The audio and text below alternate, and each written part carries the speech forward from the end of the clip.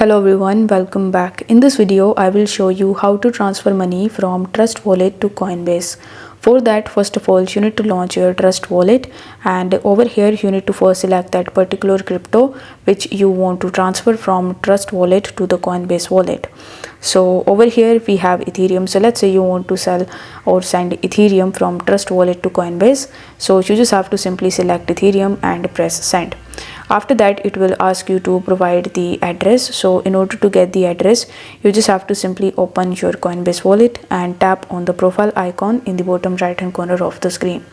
After that, tap on this copy tab in the top, and here you need to copy the ERC20 network, which is the Ethereum address.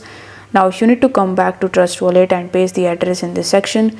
Then enter the amount of Ethereum that you want to transfer and press next. On the next page, you just have to simply review the information and confirm your transaction.